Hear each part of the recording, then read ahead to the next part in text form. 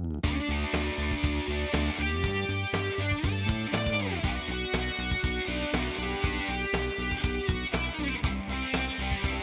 am honored tonight to introduce Rod Canion as tonight's distinguished speaker. Rod is one of the most successful technology entrepreneurs in Houston and perhaps in the United States. He is a legend, and we're very proud that he's a Texan, and even prouder that he's a Houstonian. And as he describes in his book, with only a concept, he went to some venture capital firms and went to Seven Rosen and said, I have an idea to create a company and to create a new form of personal computing. And they backed him, and that was Seven Rosen Funds. Now, the story that's in the book is that the Seven Rosen Funds said, and he mentioned earlier tonight, he said, Seven Rosen said, sure, I'd like to invest in you, but first you've got to get another investor to co-invest. And they said, well, the one that I need you to go convince is Kleiner Perkins, Caulfield and Byers, KPCB, in Silicon Valley. And it was fortunate, I guess, for us and for Compaq that John Doerr with Kleiner Perkins agreed to be a co-investor along with Seven Rosen. And I think it was also fortunate for John Doerr that he agreed to do it, because now John is usually regarded as one of the top venture capitalists in the world, which maybe he wouldn't have been if he had turned down the Compaq investment opportunity. But many of you know we're very proud of John Doerr as well, because John is a Rice alum. So I had to throw him in there as well. But with a little funding and a lot of hard work, Rod and his team created an extremely successful company. In the first year, they had over $100 million in sales. They were the fastest company in Houston, and not just in Houston, they were the fastest company in the United States to reach $1 billion in sales. They were the fastest company in U.S. history to make it to the Fortune 500. And if you have the chance to read the book, it's a riveting story of how a small startup, a startup company from Houston, Texas, was able to dethrone IBM, which at the time was the undisputed reigning champion in the personal computing network, in the personal computing world, and in the computing world. Please help me welcome Rod Canion tonight to tell us the story of how Compaq, a little startup from Houston, Texas, knocked off IBM and changed computing history. Please welcome Rod Canion.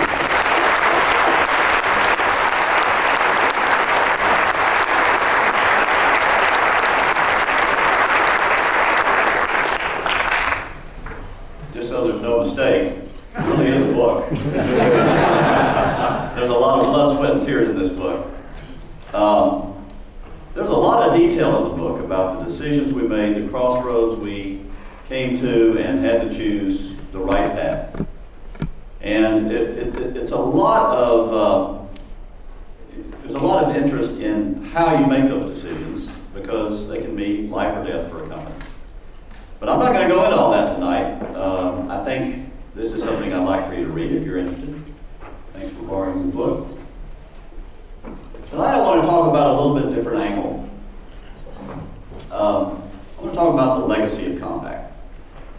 So what's a legacy? Well, I had a friend in Dallas who died sort of prematurely, and he had left in his will that he wanted to spend $30,000 on his funeral. And so I go to the funeral, and it's a lavish affair. And I go up to his wife, Carol, afterwards, and give her my condolences and say, this is an amazing funeral. Is this what Bob wanted? She said, yes. I said, well, can you tell me how much he actually spent on it? She said, $30,000. I thought a minute. I said, Carol, how do you spend $30,000 on a funeral? She said, well, let's see, it was $6,500 for the funeral itself. I gave $500 donation to the church. All of the trimmings, all the food and drink was about another $500. And we got a really nice memorial stone for the rest. And I thought a minute, I said, well, Carol, how big a memorial stone were you able to get? $22,500. You know the punchline, don't you? She said about 2.5 carats.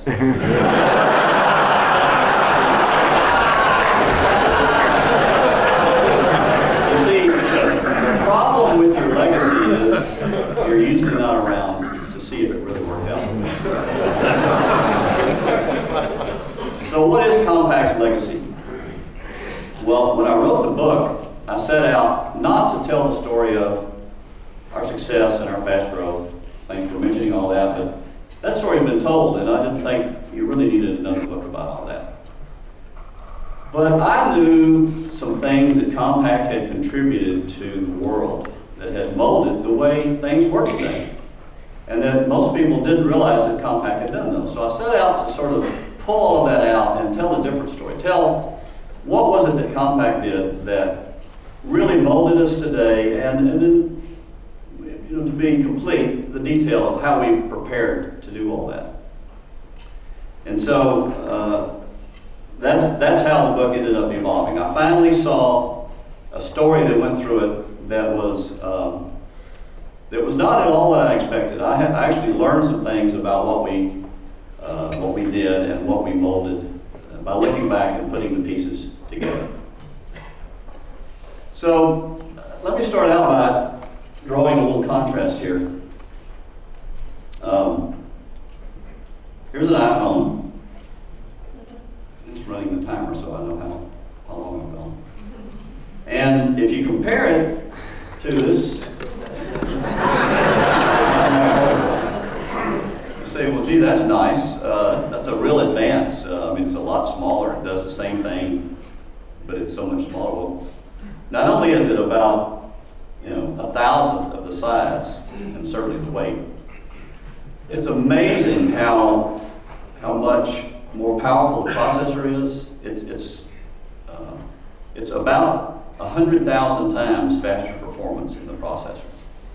Even more amazing is in the storage. These first things had 360 kbytes, kilobytes, and now you get, you know, 64, maybe 128 gigabytes in a little iPhone or a little phone. You know, we're talking about 1 billion times more. And the same thing with the displays and every other aspect. Every part of the technology had to advance very rapidly to get there. And really what happened is, in the late 80s, throughout the 90s, and the 2000s, the technology in computers advanced at an unprecedented rate. We saw new advances, faster performance, better storage, better displays. They improved much faster than it ever happened before. And the reason they did, or at least one of the main reasons they did, was something called the industry standard for personal computers. The open industry standard created an environment that caused all those things to happen. So what's this industry standard thing? We don't talk about it anymore today, but it was a pretty important topic in the 80s. Back before 1983, things were completely different in computers. Even in PCs, every different brand of PC, Apple, Radio Shack, and then IBM later, had to have each program tailored to run on their machine. So if you take, for example, VisiCalc, was the first spreadsheet, one of the breakthrough programs. VisiCalc adapted it to run on Apple probably first, and then Radio Shack, and then when IBM came out, they had to do another version to run on it. And so that's the way it worked. You walked into a computer store and you picked your brand of computer, and then you picked your version of the software. The problem began to develop that new startups couldn't get that software developed for them. There were just too many of them. So when Compaq and a few others in around 1982 came up with the idea, why don't we try to make our computers run IBM software? Now, you need to understand, IBM was king. Their brand in computers and then in PCs was every bit as strong as Apple's is today. I mean, they just had this brand they had infallibility in their brand. And so IBM, though, doesn't understand this PC market. They actually, I believe, decided they would do a little test. So they kick off a program, give them 1 year to get to market. Well, in a year, they couldn't invent anything, so they went and bought processor from Intel and software from Microsoft and other off-the-shelf components, put together a nice up-to-date computer, threw it out there, and said, let's see what happens. Apple, feeling pretty confident in themselves, runs a full-page Wall Street Journal ad welcoming IBM to the PC market. The existing PC companies did not fear IBM or any of the existing companies. They didn't get it. We got it. Well, they learned a very valuable lesson in the next year and a half. IBM went from 0 to the market leader. They passed Apple in a little over a year and a half. Apple didn't know what hit them. I mean, here was IBM, a good product, but not a great product that suddenly took over. So that tells you the power of a real brand. But the next thing that happened was when Compaq and these other companies decided, if we're going to have software run on our computer, we better make it run the same software that's on IBM, because since IBM hadn't protected theirs, it was possible, if you did it carefully, to legally reverse engineer it and then make your computer run their software. So a cult almost of compatible companies grew up, and some unexpected things happened. I mean, we got software, and we were able to kick off a really unique product, a rugged portable, but with all that software, it enabled us to set sales records and to really get a great start. But in the next couple of years, customers began to discover some unexpected benefits. Now you had not just one company. Remember, before '83, you picked the best you could. Let's say you picked Apple, but you were locked in. If you wanted later to move to a different brand, you threw away everything. Software, peripherals, and you had to learn how to operate the new one. With this industry standard, you could buy any brand. You could get all the software that was available, because every piece of software and every peripheral was available for that standard. And then a couple of years later, I want to buy a faster machine. I want to upgrade. I can pick a completely different brand, and I can make all my software and all my peripherals go with me to that new brand. It was unheard of in the computer industry. It was cheaper, because you didn't have to buy new stuff. You didn't have to learn how to do new things. And so users began to really like not just the products themselves, but all these other benefits that were associated with the industry standard. The result of that was this amazing explosion of the market. Because with a level playing field, now people had to differentiate somehow, and so a lot of them did it with lower prices. Prices came down faster. Companies like Compaq, who didn't want to sell on low prices, we had to find differentiation and advantages in technology. So we would really rush hard. We would push hard to come out with some new innovative capability that IBM didn't have. And with a lot of companies, literally at one time, over 100 companies, all trying to do that same thing, there was this explosion of the market and an explosion of technology. So the technology advances through the 90s, through the 2000s, and then we arrive at sort of the predecessor of what we have today. In about 2006, Steve Jobs has the vision of the next big thing. Now, it was not the first iPhone. First iPhone was kind of a cool gadget, but it had a lot of flaws in it. The second iPhone got it all right. There were 4 critical pieces that were necessary to make this thing really be the breakthrough that it became. It had to be instant on. The world had gotten to the point where instant gratification was a fundamental right. It wasn't like a desirable feature. It was, you had to have it. So if you wanted to go do something on the internet, you didn't wait for your computer to boot up very often. You went something that was fast. So the fact that you could take an iPhone, turn it on, one push, okay? By the way, now it's always connected to the internet, so you don't have to wait for that. It's there, ready for you, hooked up to the internet. Third piece, and the one that was in the first iPhone, was multi-touch interface. You may not even realize that your ability to make things bigger and smaller and move them around with your finger was called multi-touch. And it was a breakthrough that solved one of the barriers that Compaq and others ran into, of how small you could make a screen and still be useful. So now you had this instant thing that allowed you to use a small screen much better than before. And the last piece that really blew it open was actually allowing third-party apps. Because just like with the industry standard, no one company can actually solve everybody's problem. It's never happened, and it doesn't happen.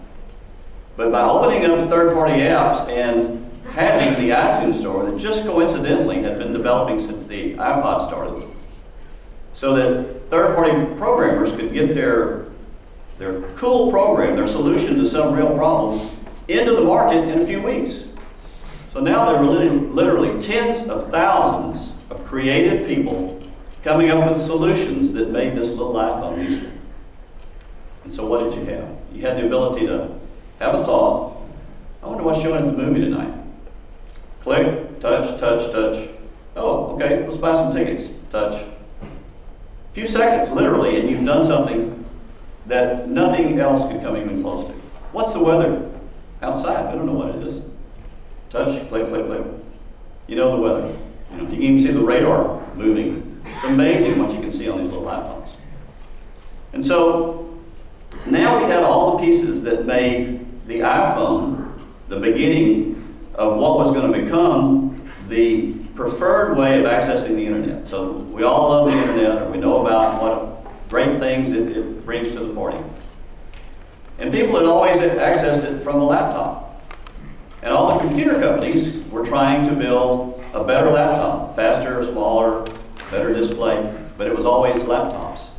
What Jobs discovered is, if you can carry something with you and it's instantly able to give you that information, that's a better way of doing it. And then he has sort of the coup de grace, if you will, for the other computer companies. So what's an iPhone going to do to laptop computers? Well, it did quite a bit, but it didn't do nearly as much as the iPad. When the rumors of the iPad coming out were out, all of the other computer companies, I'm sure, thought it was going to be the same kind of thing they had tried. A smaller computer with a touch screen. They knew that there wasn't a market for that. In fact, every one of them had tried, and they had all failed to find a significant market for it. So there were probably some chuckles in the executive offices of Apple's competitors when the rumors of this big iPhone coming out were floating around.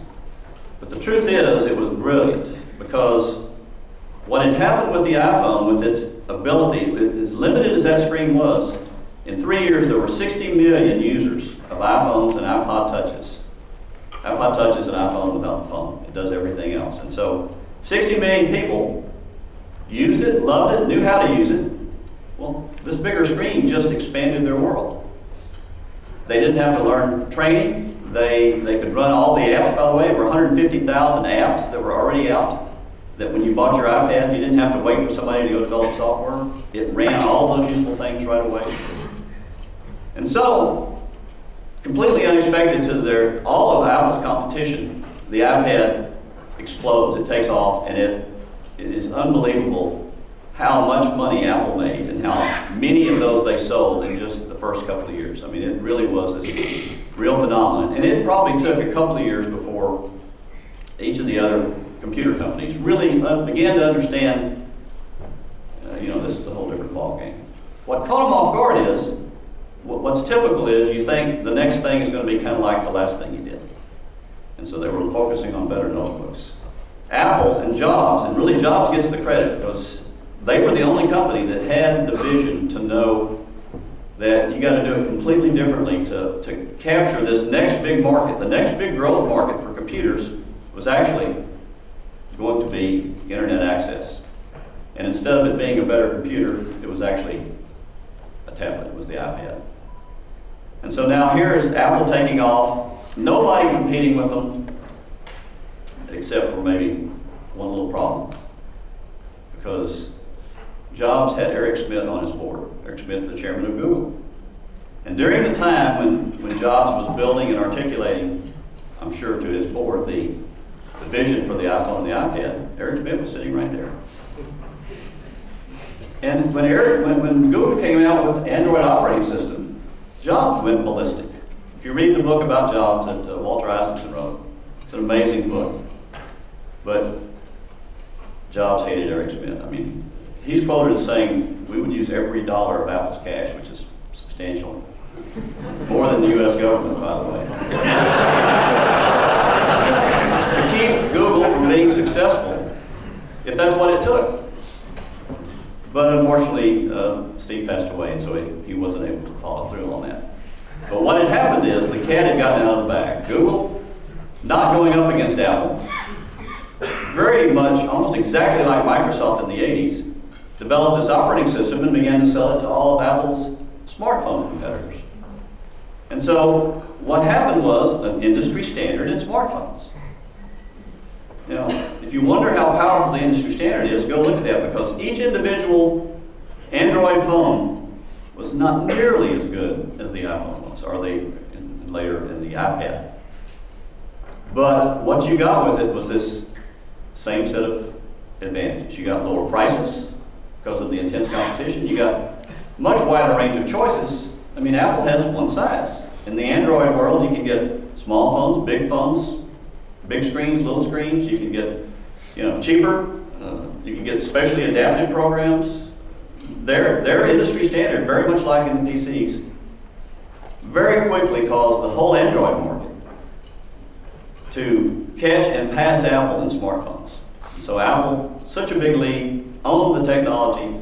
All of a sudden, industry standard in smartphones had overcome Apple. And so, you know, Apple's faced with a real competitor, and much like what happened with Compaq in the 80s, after a while, one competitor began to emerge as the leader of that pack, and that was Samsung.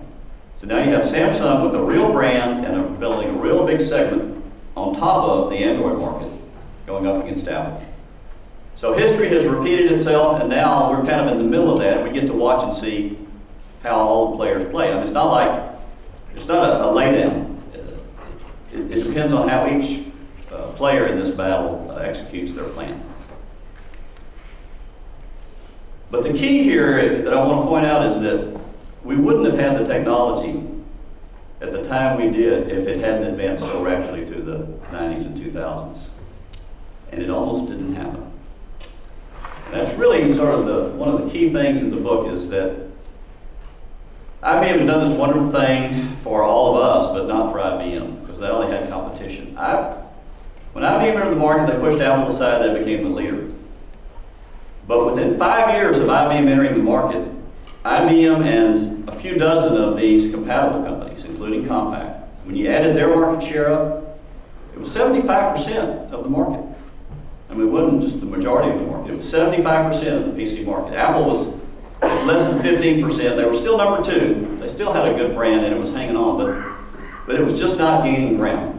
And they were actually playing in the fringe because this industry standard arena was so powerful. Well, IBM was the leader and they were making all this money, but they weren't quite satisfied because they looked over here at all these compatibles, clones as they call them, and said, you know, that really ought to be our market share. And so they began to plot a strategy to take all of that back. And it came to market in 1987 in the form of the PS2, which was the Personal System 2. And it had this secret sauce, this technology called the microchannel. I'll use this word once, it was a bus. A 32-bit bus that meant you could basically do things faster with things that you plugged in, with disk drives and communications. So IBM had come out with not just a better computer, but one that was proprietary, one that they had lots of patents on, something that couldn't be cloned legally. But just to sort of make amends with these clones, they said, we'll actually license you to build these things for 5% of your sales. Well, many of the clones didn't even make 5% profit, so in other words, this wasn't that good a deal. And worse than that, once you signed up and basically you're handing the leadership over to them, they decided when technology was going to come out. It was going to be a really bad time. So they come out with this big plan. All the press and analysts believe it. All of our competitors, Dell, Radio Shack, everybody else signs up to build these PS2 compatibles. And they're rushing to market. They want to beat Compaq to market so they can sort of take the leadership position in the clones of the PS2. We look at that and say, that's really not good. We're a rising star in PCs and we're going to end up being a pawn in IBM's game, and we don't want to do that. And so we were the only one that didn't sign up, and we remained committed to finding a solution. It was extremely hard. 9 months, we beat our heads against the wall trying to figure out what can we do. There were 2 basic things that we knew. That probably the only way to actually stop IBM was to get all the rest of the industry to agree on a standard. Something that was different from IBM, but that we all participated in. But we knew and IBM knew that there was no possible way to get that to happen in a reasonable amount of time. And IBM would still win. The other choice was for Compaq, who was probably the only company with the technology to actually develop a better bus that was fully backward compatible, to develop it and then go out into the market with this better bus. But we and IBM knew that it's Compaq versus IBM. We don't win. IBM wins, and we still lose. The thing we finally came up with was so obvious in hindsight. We put the two together. We'll go develop the bus. We'll spend tens of millions of dollars of our own money and all of our resources to develop this thing. And then we'll go give it to the rest of the industry. The only way to get them to move quick enough was to get it developed quickly, which we could do by ourselves, and then to go give it to the industry, basically all tied up in an offer they couldn't refuse. We were sure that it was going to go fast. So we went to Microsoft. Well, first we developed. Then we went to Microsoft and Intel and HP, our ally, really, in the wars at that time, HP and Compaq. And those four companies began to go to all the other computer companies. We were sure they were just going to jump on it. And they didn't. They did because they were suspicious. Are you kidding me? This is really too good to be true. And everybody knows if it's too good to be true, it probably isn't true. By the summer, now we started out at the beginning of '88. By the summer of '88, we only had 7 other companies besides HP and Compaq. But we decided 9 was enough. So the 9 of us formed this coalition and set out to make an announcement in September. Well, by the time we actually made the announcement, 80 companies had joined the bandwagon because they could see this was going to happen and they really wanted to be part of it. And so when we made this announcement, it was secret up until a few weeks before. It was really a big surprise. I'm sure IBM was totally not expecting something like this. It had never happened before. We developed it, all that money, all that time, and then we give it away.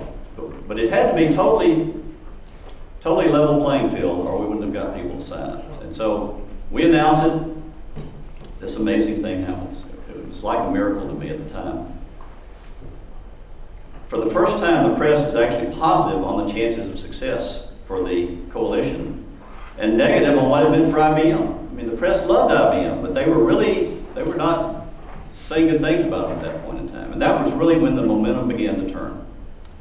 That unexpected decision turned the tide, and a year later, Compaq came out with advanced products that proved not only that our bus was much higher performance than theirs, but also that it was backward compatible. People could move up to those advanced products and still use all their old software and peripherals. We delivered what we said we were going to do, and the result was IBM's attempt to lead the industry down this proprietary path had failed. Again, the 90s come along, and with the industry standard solidly in place, it explodes, things advance rapidly. So we get back to, step back and look at that now and say, well, so if we didn't have the open industry standard through the 90s and 2000s, we wouldn't have had the technology in 2006 when Steve Jobs was inventing the iPhone. So maybe it was going to be 5 years later when the technology is there.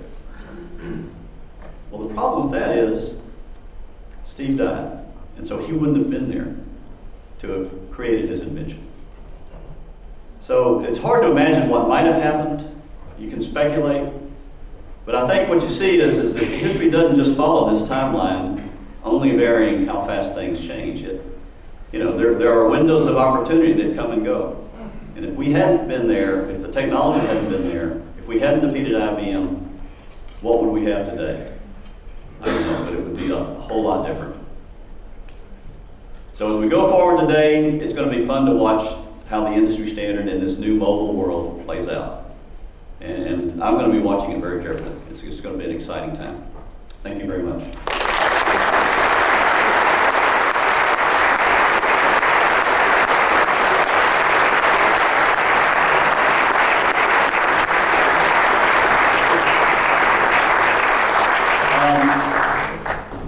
I'd be happy to take questions. Yes, sir? Have you considered trying for the job at Microsoft or perhaps going to Apple maybe in this area? You know, I hoped after you heard that story you'd think I had some sense.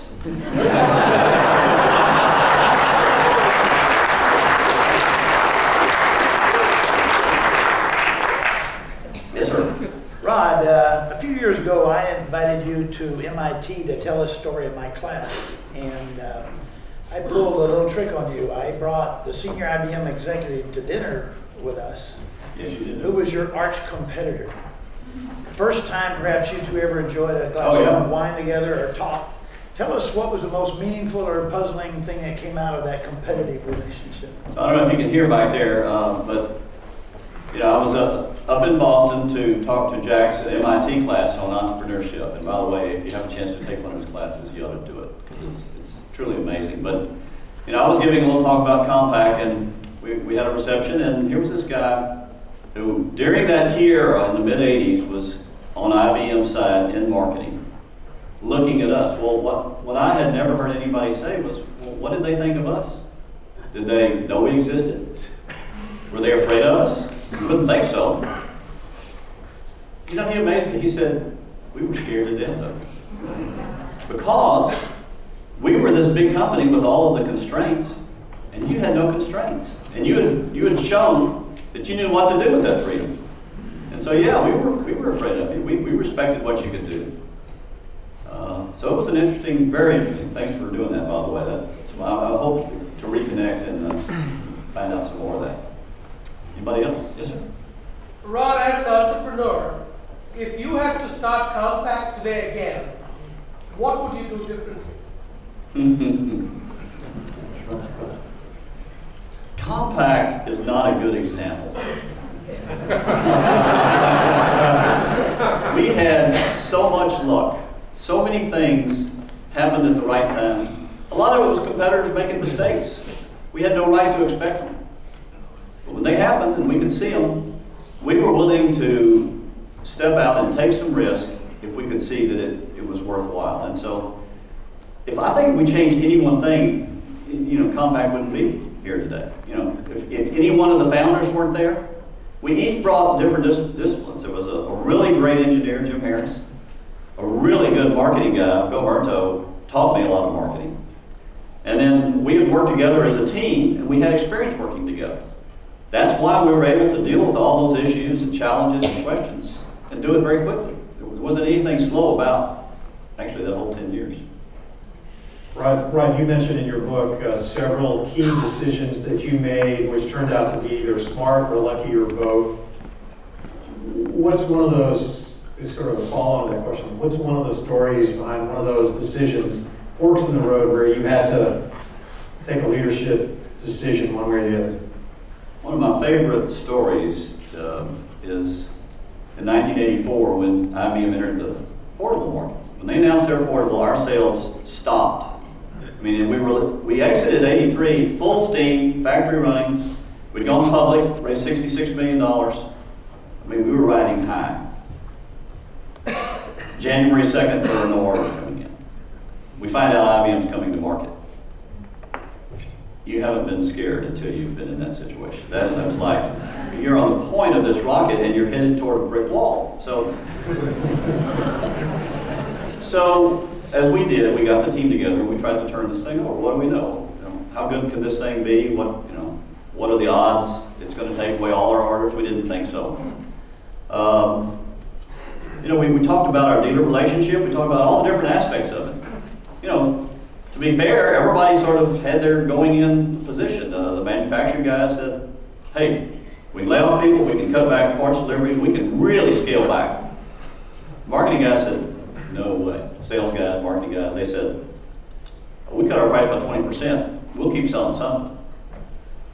And so we go through this for a good while, and finally it becomes clear. There was no non-risky path, but there was only one path that had a happy ending. And that was, if we just keep building full speed, IBM's computer isn't great, and the dealers come back and order soon enough for us to have a good quarter. Because that was the key. Having just gone public, just continuing to sell computers wasn't enough. We actually had to, in order to keep building the reputation we had started, we had to have a record quarter. We had to beat the fourth quarter. And so Making that decision was that was all in. We bet the company because we didn't have any place to put them. We stored them in 18-wheeler trailers and parked them in parking lots around the city. And I can't tell you how emotional it was the day IBM announced finding out whether their product was going to beat us or not. And, the industry was disappointed. We were elated. But within a few days, the orders poured in. We were able to ship all those we already had stored around and then kept building all through all that. And we beat the fourth quarter. We had a record quarter. And the fun part of that was the press and analysts had blatantly predicted our demise. Okay, it's over for Compaq. They've had a good run, but so long. And to be able to report those numbers with a straight face and say, what's the problem? They were stunned. Now, to be fair, they had some reason. It'll happen, in a few months when IBM catches up with demand. But it didn't. We actually ended up pushing IBM's portable out of the market in about 2 years. So I'm not going to tell you that we were always able to find a path that wasn't risky. When you're growing fast and taking advantage of opportunity, there is no path that doesn't have risk in it. But you don't want to take blind risk and you don't want to take unnecessary risk. And so figuring out what the right balance of risk reward is really what it's all about. Rod, tell your story about loyalty to the dealer network. And before you do, I was a dealer and I was an IBMer. But I attended an event in probably 1986 in Vancouver, which was I was a Computerland operator. And there were about 2,000 Computerlanders in the room. And the IBM PC guy spoke and was almost booed off the stage. But as he was walking to the back, Rod Canion was introduced and the place erupted in a standing ovation in front of the IBM guy. And I don't know, it might have happened to you all the time, but I was just blown away. And it all was attributable to the loyalty to the dealer network. Not quite like that. That was the only time that it happened that strongly, but I'll always remember it because it was. I was shocked. I was actually embarrassed for the guy because, like I said, IBM had, I think they had 7 different channels, and they all competed with each other, including their direct sales force, which was taking sales away from the dealer. We had picked up on that in the early days and came up with this trick almost. We're not going to sell anywhere but the dealer channel. Well, that was, we weren't giving up anything. That was the biggest single channel by far, and it was going to take us years to just deal with the demand that they would create if we did it right.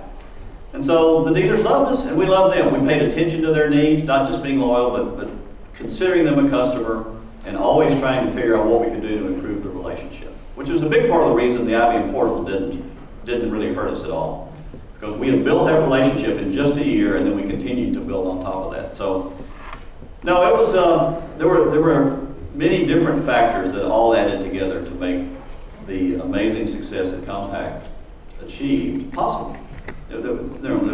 People the press would ask me, there was always this question kind of late in the interview, what was the single most important thing?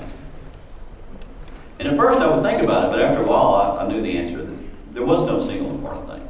If we had done anything less than excellent, there would be a whole different story. I don't know where we would have ended up, but it wouldn't have been anywhere close. It was one of those things where everything lined up and we had to execute with excellence throughout the whole period. How about back over here in the back? Let's go to the back. I've heard Jim Harris's story about how Compaq got named. What was your story on that? There's only one story.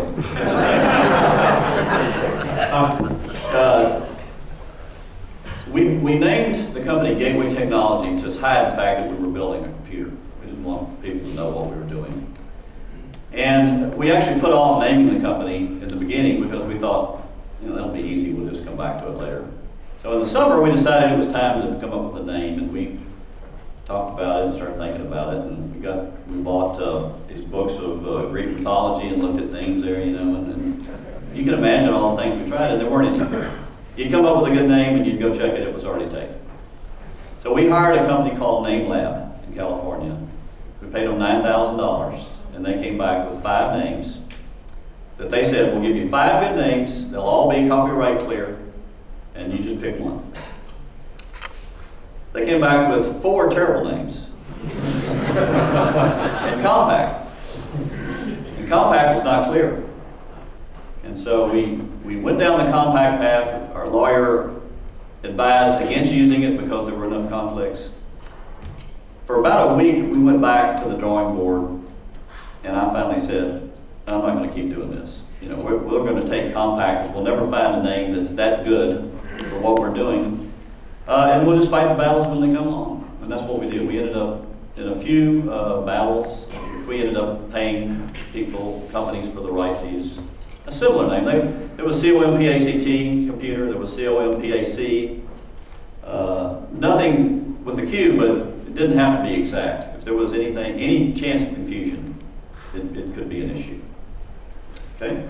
So who's going to play you in the movie? Next question. Yes. Why use the Compaq company? I mean, is there a specific reason that drive to do so? Why did I what? Why use from company like Compaq? Why? Oh, At the beginning? why did I start a company? Is that it? Yeah. That's a good question, because I didn't consider myself an entrepreneur. It's not like I've been burning to do my own thing. I worked for TI. I loved working for TI, and I thought of myself as a long-term employee. But things change. You get older, you get more mature, and you begin to understand what's going on around you. And some of the decisions that our leaders at TI were making didn't make sense to me anymore. And then something else happened. It was IBM entered the PC market, and one of those things that just like was so clear. It was like a camera being out of focus, and then it comes into focus. IBM entering that market is going to cause that to explode. IBM's blessing it. It was already doing pretty well, but we just knew IBM was going to make it happen, and of course it did. And so our original goal was just to go start a company that did something in the computer market. We really didn't think at all about building a computer. We just thought that's beyond the scope of reasonableness. But when the idea gelled, it was just too good to pass up. Now, convincing the VCs that we could do it was a little harder, but we eventually did, and it succeeded. Were there some cocktail napkins involved? It was actually a placemat. Is that what you said? Yeah. Real quickly, the story was we needed a drawing to demonstrate one of the key aspects of this product, which is it's going to be styled nicely to fit in an office. And that was in response to the leading portable at the time was called the Osborne 1. And it was ugly. It was, I call it Army surplus. Now, but it was selling like hotcakes. But to differentiate, okay, to be different, we wanted something that was going to look nice in an office and all the other things we were going to do. So we hired a guy named Ted Papajohn, who was an industrial designer, to meet us at Computerland. It's not there anymore, in West Tavern, right next to the House of Pies. We went in and we looked at the IBM PC and said, see, it's got to work like this. And we looked over at the Osborne and said, it's going to kind of lay out like that, but not look at all like that. And then we actually asked the owner, store owner that was there, store manager at least, could we open the IBM up and look inside? No, that wasn't going to happen. So we left and went across the street to the House of Pies. We thought we'll go discuss it over there kind of privately. And we sat down, ordered a cup of coffee, and realized we had brought nothing with us. We didn't have paper or pencil or anything. We asked the waitress for paper and pencil. She said, I don't have any paper, but here's a pencil. And so it just turned out that the placemat was made of paper. Flipped it over, it was blank, it was white, and so we started sketching. And if you look at the book, there's a drawing in there. The drawing he made from that sketch, which was in the business plan, looks almost exactly like that original sketch. Were you happy with, and could you elaborate on the acquisition into HP? Well, I wasn't there anymore. I've been gone for 10 years, about. I was not really close to Compaq at the time. You know, at the time, I understood why they did it. I mean, it was a recession. Both companies were struggling. Dell was coming on like, gangbusters, and joining two leading companies to become the leader again ahead of Dell was potentially a good move. looking back now, I'm sad that there's no more Compaq. And one of the reasons I was sort of really driven to write the book is I realized people aren't going to remember it ever existed pretty soon. So legacy, well, at least if people know what we did that helped make the world the way it is today, then maybe it'll have a legacy that continues on for a while. Yes, sir. Well, speaking of Compaq legacy, growing up, favorite basketball players, Hakeem Olajuwon and Michael Jordan. So you can rest assured people will always equate Compaq, those younger like myself, and Hakeem Olajuwon. But looking from Africa, one thing that's always interested me whenever I go back home is that even in some of the rural places, we always see folks with mobile technology. So I was just wondering, can you speak to what the growth potential you see in the developing market as far as like competing in this mobile technology? That's an interesting question. Yeah, talking about how developing markets, the Western world, very developed, still advancing, but it's very developed. But the undeveloped world, you see smartphones, and I'm sure you see other kinds of computers around, tablets. And what does that market really represent? Well, one of the disadvantages of each transition we make here in the U.S. and in Europe is you got to deal with all the old stuff. All the copper wires that AT&T had really held them back because they couldn't just dump that. I mean, that was a big part of their asset base. And so it's made it slower and harder in some ways. But the interesting thing about these developing countries is they don't have all that. So they go from nothing to smartphones. Give me a break. I mean, they skipped all that slow stuff in the middle. So, technology, if used right, can really help those countries advance. There's more to it than IT technology, obviously. You need energy, and you need clean water and those things. And one of the interesting things about the Rice Business Plan competition is they have areas that business plans for those kinds of breakthroughs are considered. So it's really interesting to watch that develop. Let's see. Yes, sir. So you told us about all the right decisions you made at Compaq. What's one bad decision you made at Compaq over the years? Oh, there's too many to remember.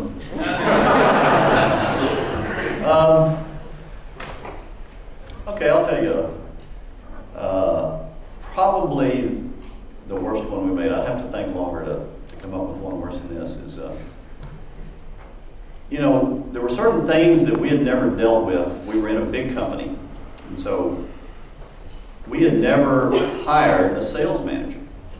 So we had most of the bases covered with the founders and the people that we brought on. But we tried to act like we knew what we were doing, and we looked at resumes from all over the country, and we ended up hiring a guy from New York. And he had a resume that looked good and talked well, and we learned that we really didn't understand what we needed and what we were looking for. And so we actually let him go at the end of that year, at the end of the first year. And we ended up, now the good news is we had already announced the product and we're beginning to get a lot of press, a lot of positive press, even before we really entered the market.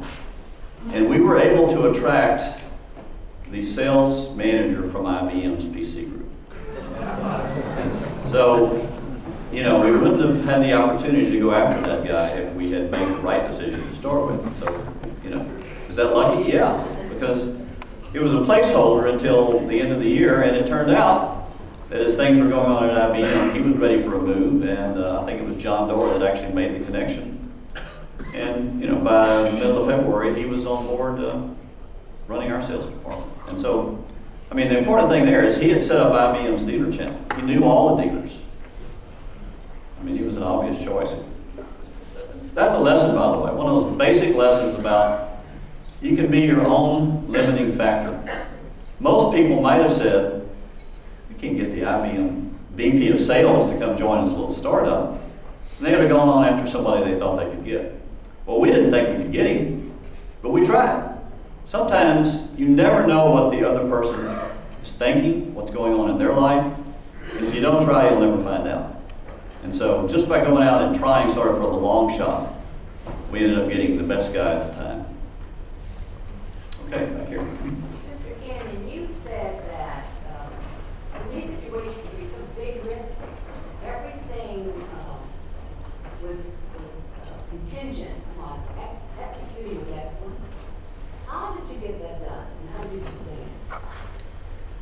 execution part comes from having a good team. You know, we were very, very blessed. Part of, I mean, we were not the typical startup in the PC industry. They were younger, you know, they'd been playing with PCs, you know, Apples. We were more mature, we had a lot of experience, and so, you know, we were just able to make a different kind of decision. And, you know, that I consider that to be one of the things that, I mean, there were pluses and minuses, but at the end of the day, I think that worked out to be more of a plus for us. And so we were able to see what the risks were, and a lot of them we had been through before. We were able to come up with some solutions that maybe we had tried before or seen before. So the experience played a big role in all that. Are we down to Maybe a couple more, maybe two more? Two more. Let's listen. One quickie, Rod, I gotta ask you this one now. What was it like dealing with what some people would say the massive egos of industry giants like Bill Gates, John Doerr, Ed Rosen, Andy Grove, and the people you dealt with? Can you repeat that, make sure that. The question is, what was it like dealing with some of the really big names in the industry that had big egos? Mentioned Gates, Doerr, Ben Rosen, Andy Grove. You know, in my dealings with those guys, I didn't see that. Even our first meeting with Bill Gates, we had the idea we were going to build this great portable. We wanted to run IBM software. We really believed that Microsoft could give us the software we needed. We didn't know we were going to have to go develop it ourselves. So we had a meeting in San Francisco where, you know, I waited my turn and went in the back room and met with Bill. And other than the fact that I had to wait in line and, you know, everybody sort of curtsied as they went in.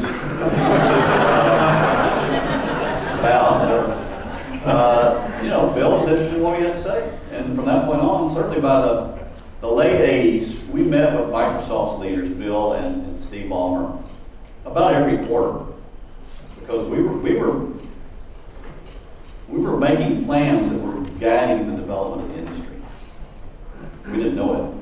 We were planning our future, but we got them involved, and, you know, they couldn't tell us what competitors were doing, but they certainly needed to be part of the planning process. And Andy Grove, great guy, enjoyed working with him. He's written some books, you know, Only the Paranoid Survive, I think, one of them. And he was paranoid.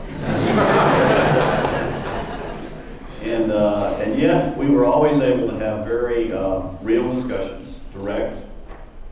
I don't think ever heated, not much anymore. And the venture capitalists?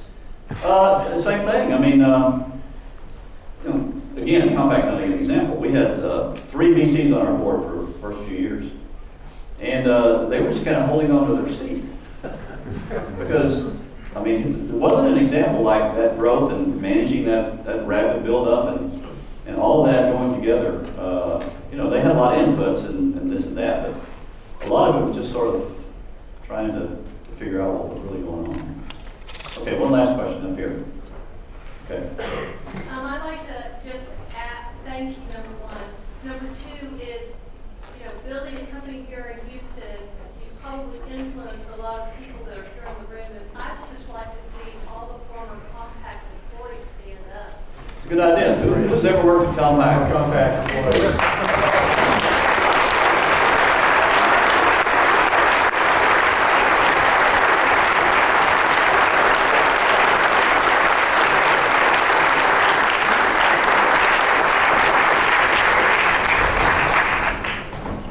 That's a really good team. It really is.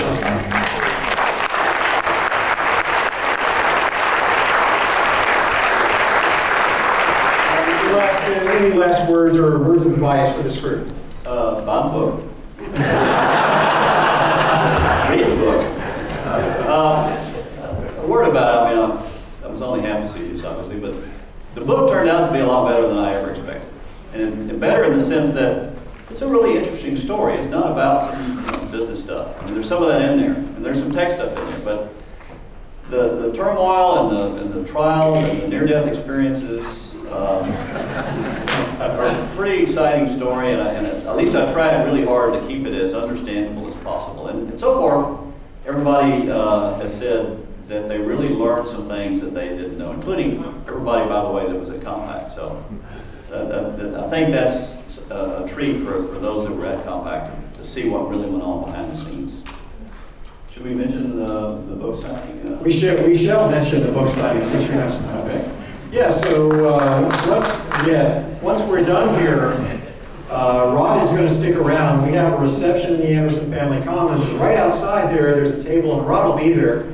If you have a book and you'd like him to sign it, or if you don't have a book and you'd like to get one and have him sign it, he's certainly glad to do that. Yeah, now, the invitation mentioned that if you wanted to buy a book online, I would have it here for you and would sign it. And I think there are a few of those. Thank you. And I know that John Sweeney bought one. Believe it or not, he got it from Amazon. So you can actually order it and receive it on Amazon. Delivered. Yeah. So if you have one from any source, legally, we have to sign that as well. And we also have, we have books to sell. We've got a little square, there's great little iPhone things, actually iPhone or iPad, where you use a credit card. You don't have to write your credit card down, and it works magically. So I'd be happy to sign any books for anybody who would like one. We'll be right on out there. So I hope you all stick around.